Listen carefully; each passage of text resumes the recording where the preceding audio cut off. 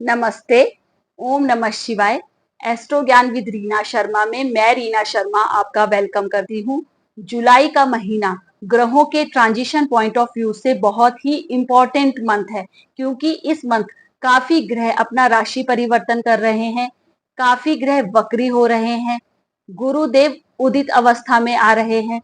तो ये मंथ बहुत ही ज्यादा इम्पोर्टेंट मंथ है। ये मंथ इसलिए भी इम्पोर्टेंट मंथ है क्योंकि सावन का महीना आ रहा है, शिव भगवान का महीना आ रहा है। तो सावन के महीने में अगर आप शिव भगवान की पूजा करते हैं तो आपको हर ग्रह के गोचर का अच्छा ही परिणाम मिलेगा। अगर ग्रह का गोचर आपके लिए खराब भी हो रहा है और आप शिव भगवान की पूजा करते हैं तो उसका फल आपको अच्छा ही मिलता है। शिव भगवान की पूजा के लिए आप सावन के महीने अगर हर सोमवार भी शिव भगवान की पूजा कर सकें, शिवलिंग में दूध चढ़ाएं, जल चढ़ाएं, बेलपत्र चढ़ाएं, शहद चढ़ाएं, चंदन चढ़ाएं, तो आपको बहुत अच्छे इसके परिणाम मिलेंगे। अगर आप रोज ये नहीं कर पा रहे हैं तो आप मंडे टू मंडे, सोमवार के सोमवार भी अगर इतना कर लेते हैं तो आपको बहुत अच्छे फल इसके मिलेंगे। सावन का महीना बहुत ही ऑस्पिशियस मंथ होता है। शिव भगवान को अगर आपने प्रसन्न कर लिया तो आप समझ लीजिए आपने सारे ग्रहों को पसंद कर लिया। आपकी राशि के राशिफल बताने के बाद मैं आपको शिव भगवान से जुड़े हुए उपाय भी बताऊंगी कि आपको अपने ग्रहों के गोचर के हिसाब से, अपनी राशि के हिसाब से शिव भगवान में क्या चढ़ाना चाहिए, कैसे शिव भगवान की पूजा करनी चाहिए, ताकि आपको शिव भगवान की ज्यादा से ज्यादा कृपा मिल सके। सबसे पहले हम ये देखेंगे कि कौन कौन से ग्रह अपना राशि परिवर्तन कर रहे हैं जुलाई मंथ में और उनकी क्या पोजीशन है। तो आपकी स्क्रीन में आ रहा होगा।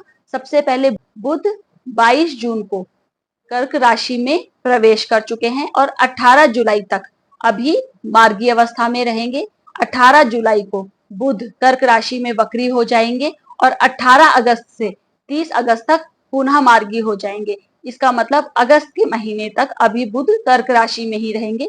शुक्र 29 जून को वृषभ राशि में प्रवेश करेंगे और 26 जुलाई तक वृषभ राशि में ही रहेंगे। उसके बाद वो मिथुन राशि में प्रवेश कर जाएंगे। गुरु बृहस्पति 9 जुलाई को मिथुन राशि में उदित अवस्था में आ जाएंगे। अभी तक गुरु अस्त अवस्था में चल रहे थे, अब वो उदित अवस्था में आ जाएंगे तो उनके भी हमें अच्छे परिणाम मिलने लगेंगे। रविवार को 13 जुलाई को शनिदेव मीन राशि में वक्री हो जाएंगे और नवंबर तक वक्री ही रहेंगे।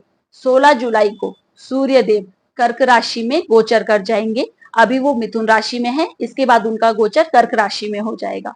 और 28 जुलाई को ग्रहों के सेनापति मंगल कन्या राशि में प्रवेश कर जाएंगे। अभी तक वो सिंह राशि में हैं, केतु के साथ हैं, तो अब केतु के साथ उनकी युति टूटकर वो कन्या राशि में प्रवेश कर जाएंगे। तो मंगल और केतु की जो युति बनी हुई है वो अब खत्म हो जाएगी। तो इससे आपको कुछ ना कुछ राहत जरूर मिलेगी। अब बात कर लेते हैं मिथुन राशि वालों के लिए।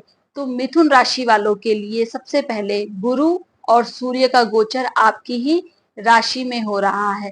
तो गुरु और सूर्य यहाँ पर आपके एजुकेशन के लिए बहुत अच्छे हैं, आपके कॉन्फिडेंस के लिए अच्छे हैं, आपकी पर्सनैलिटी डेवलपमेंट के लिए बहुत अच्छे हैं। गुरु अभी तक सूर्य से अस्त थे, अब उदित हो गए हैं। तो गुरु और सूर्य दोनों का आपको यहाँ पर बहुत अच्छा रिजल्ट मिलेगा।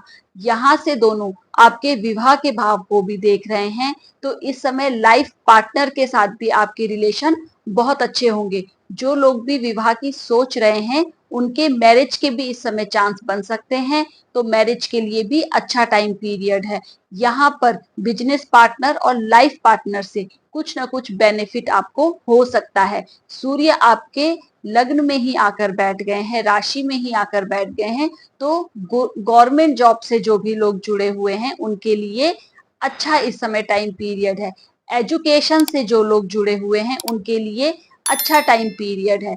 पिता से और बॉस से इस समय आपके संबंध अच्छे होंगे। पिता और बॉस का आपको इस समय पूरा सहयोग भी मिलेगा। बिजनेस जो लोग कर रहे हैं उनको बिजनेस से इस समय लाभ है, क्योंकि गुरु की दृष्टि भी पड़ रही है और सूर्य की दृष्टि भी पड़ रही है। गुरु की दृष्टि अपनी ही राशि में पड़ रही है और सूर्य की मित्र दृष्टि पड़ रही है। तो इस समय पार्टनरशिप से अच्छा बेनिफिट है, बिजनेस से अच्छा बेनिफिट है, विवाह के लिए अच्छे योग हैं और जीवन साथी के साथ भी संबंध अच्छे होंगे। पिता के साथ, बॉस के साथ संबंध अच्छे होंगे। बुध आपके सेकेंड हाउस में गोचर कर रहे हैं, अपने से सेकेंड और 11th हाउस में गोचर कर रहे हैं। तो इस समय आपको धन का लाभ तो मिलेगा। रियल एस्टेट प्रॉपर्टी से जो लोग जुड़े हुए हैं उनको कहीं ना कहीं से धन मिलेगा, क्योंकि फोर्थ के लॉर्ड भी हैं आपके और धन भाव में बैठे हैं। फाइनेंस, अकाउंटिंग, बैंकिंग से जो लोग जुड़े हुए हैं उनको इस समय अच्छा लाभ मिलेगा। लेकिन बुध चंद्रमा की राशि में बैठे हुए हैं। बुध चंद्रमा को इतना अपना मित्र नहीं मानते हैं, चंद्रमा बुध को अपना मित्र मानते हैं। तो बुध यहाँ पर इतना कंफर्टेबल फील नहीं करेंगे। तो पैसा तो आएगा, धन तो आएगा, पर फ्लो इतना तेजी से नहीं आएगा, थोड़ा रुक रुक के आएगा, थोड़ा परेशानी के साथ आ सकता है। एजुकेशन के लिए अच्छा है। बुध यहाँ पर बुद्धि बढ़ाएंगे, परिवार के साथ रिलेशनशिप अच्छा करेंगे, क्योंकि बुध एक सौम्य प्लेनेट है, अकेले बैठे हैं। तो यहाँ पर फैमिली के साथ आपकी रिलेशन अच्छा करेंगे, वाणी को आपकी अच्छा करेंगे और आपकी एजुकेशन को यहाँ पर अच्छा करेंगे। मंगल और केतु आपके थर्ड हाउस में बैठे हैं, तो आपके पुरुषार्थ को बढ़ाएंगे। थर्ड हाउस का स्वामी आपका सूर्य बनता है, जो आपके लग्न में ही जाकर बैठ गया है। तो इस समय पुरुषार्थ और कॉन्फिडेंस आपका बहुत ज्यादा बढ़ेगा। इस समय आपकी ट्रेवलिंग भी बढ़ सकती है। मंगल केतु बैठे हैं तो माइट भी थोड़ा अननेसेसरी ट्रेवलिंग भी इस समय बढ़ जाए, लेकिन ट्रेवलिंग बढ़ेगी। दोनों आपके 9th हाउस को भी देख रहे हैं, तो धार्मिक यात्राएं भी इस समय आपकी हो सकती हैं, या जॉब के सिलसिले में भी आपकी ट्रेवलिंग इस समय बढ़ सकती है। स्पोर्ट्स से जुड़े हुए लोगों के लिए अच्छा है। इस समय आपकी एडवेंचरस एक्टिविटीज बढ़ेंगी, स्पोर्ट्स रिलेटेड एक्टिविटीज बढ़ सकती हैं, लेकिन ज्यादा एडवेंचरस आपको नहीं होना है, क्योंकि मंगल और केतु की युति यहाँ पर बन रही है। तो ओवर कॉन्फिडेंस से बचना है और यहाँ पर ओवर एडवेंचरस नहीं होना है, क्योंकि मंगल आपके 6th के लॉर्ड भी हो रहे हैं यहाँ पर और थर्ड हाउस में बैठे हैं। तो आपको थोड़ा हेल्थ का ध्यान रखना है। आपको इस समय कोई ना कोई फिजिकल एक्टिविटी करते रहना है, जिम एक्सरसाइज करते रहना है, ताकि यहाँ पर मंगल की एनर्जी आपके बैलेंस हो सके। थर्ड हाउस में मंगल केतु की युति है, तो छोटे भाई बहनों के साथ थोड़े वैचारिक मतभेद हो सकते हैं, या छोटे भाई बहनों की तबीयत का थोड़ा आपको ध्यान रखना है, उसमें थोड़ा सा प्रॉब्लम हो सकती है। आपके कंधों में दर्द की थोड़ा सा आपको शिकायत हो सकती है, लेकिन कुछ समय बाद अब मंगल और केतु की युति यहाँ से हट जाएगी। मंगल यहाँ से आपके 4th हाउस में गोचर कर जाएंगे। अब आप की बात कर लेते हैं शुक्र की। शुक्र शुक्र आपके 12th हाउस में गोचर कर रहे हैं। तो इस समय आपको बाहर से रिलेटेड, फॉरेन से रिलेटेड काम से फायदा है। आपके 5th के लॉर्ड हैं और 12th के लॉर्ड हैं और अपनी ही राशि में बैठे हैं। तो इस समय आपकी एजुकेशन अगर आप बाहर से लेने की सोच रहे हैं तो आपके लिए अच्छा टाइम पीरियड है, या आप बाहर जॉब करने की सोच रहे हैं तो आपके लिए अच्छा टाइम पीरियड है। अगर आपकी संतान फॉरेन से कोई एजुकेशन लेना चाहती है या फॉरेन में जॉब के लिए ट्राई कर रही है, तो शुक्र का गोचर उनके लिए अच्छा है। इंपोर्ट एक्सपोर्ट से जो लोग जुड़े हुए हैं उनके लिए अच्छा है। एमएनसी से जो लोग जुड़े हुए हैं उनके लिए अच्छा है। शुक्र 12th हाउस में बैठे हैं, तो इस समय आपका थोड़ा खर्चा बढ़ा सकते हैं। माइट भी एजुकेशन में आपका कुछ खर्चा बढ़ जाए, या बच्चों की एजुकेशन को लेकर कोई खर्चा बढ़ जाए, या फॉरेन आने जाने में आपका कोई खर्चा बढ़ सकता है, या ब्रांडेड कोई कपड़े ले लें, ब्रांडेड कोई चीजें ले ले, उस पर आपका थोड़ा बहुत एक्सपेंडिचर हो सकता है। मेडिकल एक्सपेंसेस भी थोड़े यहाँ पर बढ़ सकते हैं। शनि आपके प्रोफेशन हाउस में बैठे हैं, तो कर्म का स्वामी होकर कर्म में ही बैठे हैं, और कर्म स्थान का स्वामी गुरु आपके लग्न में बैठा है। तो इस समय आपका पूरा फोकस आपके काम में हो सकता है। आपके काम में आपका बहुत ज्यादा ध्यान रह सकता है। शनि इस समय थोड़ी आपकी मेहनत वहां पर बढ़ा देंगे, क्योंकि शनि यहाँ पर वक्री भी हो रहे हैं, तो थोड़ा रिजल्ट देने में देरी करेंगे। रिजल्ट मिलेगा बहुत अच्छा, क्योंकि शनि यहाँ पर वक्री हो रहे हैं तो उनका चेष्टा बल बढ़ रहा है, तो रिजल्ट थोड़ा धीमे मिलेंगे लेकिन अच्छे मिलेंगे। भाग्य का साथ मिलेगा। थोड़ा गति धीमी हो जाएगी लेकिन साथ अच्छा मिलेगा। थोड़ा काम का प्रेशर आपका बढ़ सकता है। राहु आपके 9th हाउस में बैठे हैं, तो भाग्य में थोड़ा कमी कर सकते हैं। इस समय आपको स्पिरिचुअल होना है, स्पिरिचुअलिटी की तरफ अपना ध्यान रखना है, लेकिन ओवर स्पिरिचुअल भी नहीं होना है। कर्म अपने करते रहना है। धार्मिक यात्राएं आपकी बढ़ सकती हैं।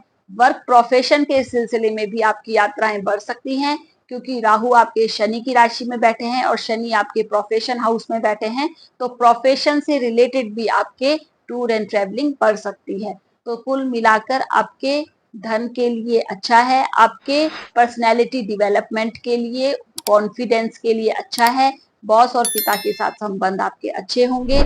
एमएनसी फॉरेन से रिलेटेड जो लोग जॉब कर रहे हैं या जॉब सोच रहे हैं, एजुकेशन से रिलेटेड बाहर जाने की सोच रहे हैं, निवास स्थान से दूर जाने की सोच रहे हैं, उनके लिए अच्छा टाइम पीरियड है। इस समय आपको एक्सरसाइज करते रहना है, अपने खाने पीने का ध्यान रखना है और ओवर एक्सपेंडिचर से आपको बचना है। उपाय के तौर पर आप शिवलिंग पे बुध के लिए हरी मूंग की दाल चढ़ा सकते हैं, या आप बेलपत्र चढ़ा सकते हैं, या हरे रंग के अंगूर भी चढ़ा सकते हैं, क्योंकि बुध आपके राशि के भी स्वामी हैं। तो इस समय आपको गणेश भगवान की पूजा करनी चाहिए। मंगल और केतु का गोचर आपके थर्ड हाउस में हो रहा है, तो हनुमान जी की पूजा कीजिए और केतु के लिए गणेश भगवान जी की पूजा कीजिए। तो गणेश भगवान जी की पूजा आपके राशि स्वामी के लिए भी हो जाएगी, बुध के लिए और केतु के लिए भी हो जाएगी। गणेश जी को आप दुर्वा भी चढ़ा सकते हैं, शिवलिंग पर आप बेलपत्र भी चढ़ा सकते हैं, इससे भी बुध आपके अच्छे होंगे। और आप शिवलिंग पर काले तिल चढ़ाइए। काले तिल चढ़ाने से आपकी राहु की भी रेमेडी हो जाएगी, शनि की भी रेमेडी हो जाएगी और आपके केतु की भी रेमेडी हो जाएगी, क्योंकि काले तिल तीनों से ही डिनोट होते हैं। और शिवलिंग पर जब आप चढ़ाएंगे तो शिव भगवान की आपको कृपा मिलने लगेगी। इस समय आप गुरुओं का उपदेश सुने, आप धार्मिक यात्राएं करें, तो थर्ड हाउस में मंगल और केतु की जो युति हो रही है उससे आपको काफी रिलीफ मिलेगा। तो आशा है जुलाई महीने का गोचर आपके लिए कुछ ना कुछ अच्छा जरूर देकर जाए। जुलाई के महीने में होने वाले ग्रहों के गोचर से आपको लाभ जरूर होगा। तो मिलते हैं हमारे नेक्स्ट वीडियो में। धन्यवाद।